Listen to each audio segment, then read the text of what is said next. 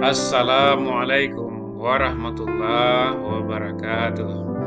Saya Zulkifli Z, calon guru penggerak Angkatan 11 Kabupaten Padang Pariaman, Provinsi Sumatera Barat, bertugas di SMA Negeri 2 Batanganai.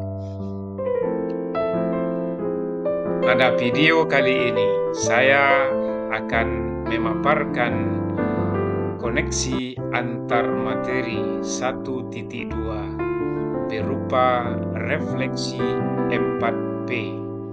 Yang pertama adalah peristiwa, yang kedua adalah perasaan, yang ketiga adalah pembelajaran, dan yang keempat adalah penerapan. Saya mulai dengan peristiwa. Yang menarik dan mencerahkan serta yang berkesan bagi saya selama mempelajari dan memahami modul 1.2 yaitu nilai dan peran guru penggerak serta modul 1.1 filosofi pemikiran Ki Hajar Dewantara. Maka saya memahami tugas seorang pendidik, yaitu menuntun murid berkembang sesuai kodrat yang dimilikinya dengan memperhatikan kodrat alam dan kodrat zaman.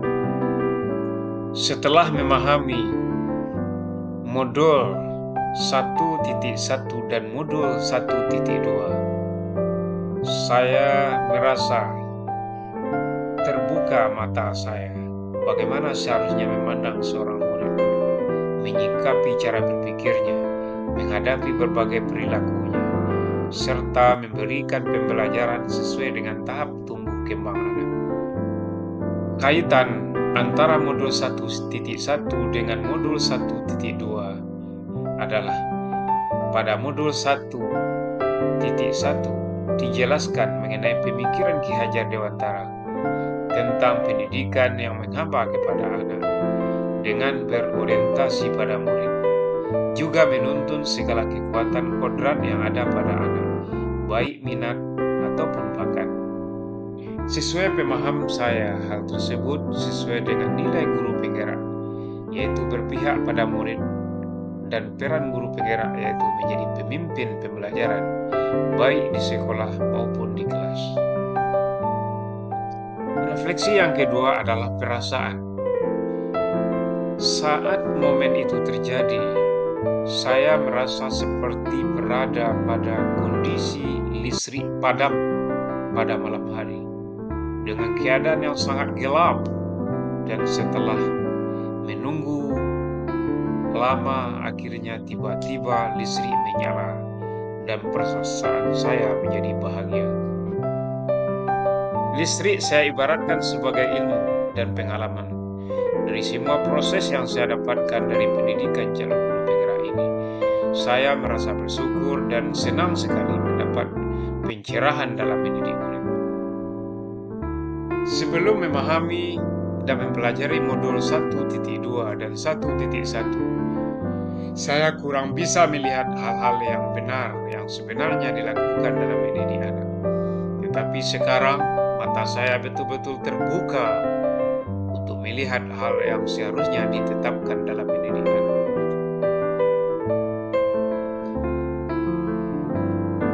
Refleksi yang ketiga adalah pembelajaran. Sebelum momen itu terjadi, saya beranggapan bahwa cara pembelajaran yang selama ini saya lakukan adalah sudah merupakan cara yang terbaik. Yang kedua, perolehan nilai siswa yang tinggi adalah kesuksesan dalam proses pembelajaran. Refleksi tidak perlu saya lakukan karena pembelajaran saya sudah bagus. Diskusi dengan guru lain tidak perlu dilakukan. Terus saya juga merasakan pembelajaran yang saya lakukan tidak sepenuhnya benar. Banyak terjadi kekeliruan selama ini. Kemudian setelah saya memahami nilai dan peran guru penggerak, saya merasa setiap murid memiliki kodratnya masing-masing pendidik harus bisa menuntun murid untuk mengembangkan kodratnya dengan melakukan penilaian kognitif, psikomotor, dan afektif. Kemudian, saya harus menjadi pemimpin pembelajaran yang berpihak pada murid, dengan selalu berinovasi untuk membuat pembelajaran yang menyenangkan, yang menarik, yang bermakna, dan dapat memfasilitasi semua kodrat siswa. Kemudian saya harus mampu melakukan refleksi dan kolaborasi dengan rekan guru lain untuk meningkatkan kualitas pembelajaran. Kemudian saya juga harus banyak melakukan praktek baik dan berbagi dengan guru lain. Refleksi yang terakhir adalah penerapan. Pada penerapan, yang pertama adalah harus berpihak pada murid. Sebagai seorang pendidik, saya akan menuntun siswa sesuai dengan bakat dan minatnya, dengan memperhatikan kodrat alam dan kodrat zaman, agar mereka nanti bisa diterima di masyarakat. Kemudian saya juga harus berinovasi. Saya gugah untuk melakukan hal-hal baru, mulai dari metode, media pembelajaran yang sesuai dengan kebutuhan siswa, termasuk modul inovatif maupun video pembelajaran. Kemudian, nilai dan peran nilai guru penggerak berikutnya adalah reflektif. Saya akan menjadi pendidik yang reflektif dan berusaha untuk selalu berpikir terbuka, selalu mengevaluasi kelebihan dan kelemahan yang ada pada saya, baik secara mandiri maupun mengajak orang lain. Nilai guru penggerak berikutnya adalah mandiri. Setelah memahami nilai mandiri, maka saya akan menjadi pendidik yang mandiri dengan motivasi tinggi dan terus bergerak dalam meningkatkan kompetensi. Nilai guru penggerak yang terakhir adalah kolaboratif.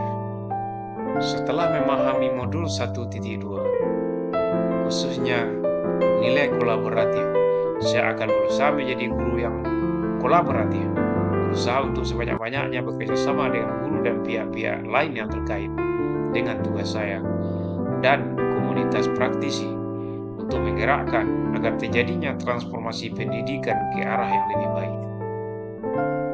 Demikianlah refleksi dari saya tentang koneksi antar materi modul 1.2 dan 1.1.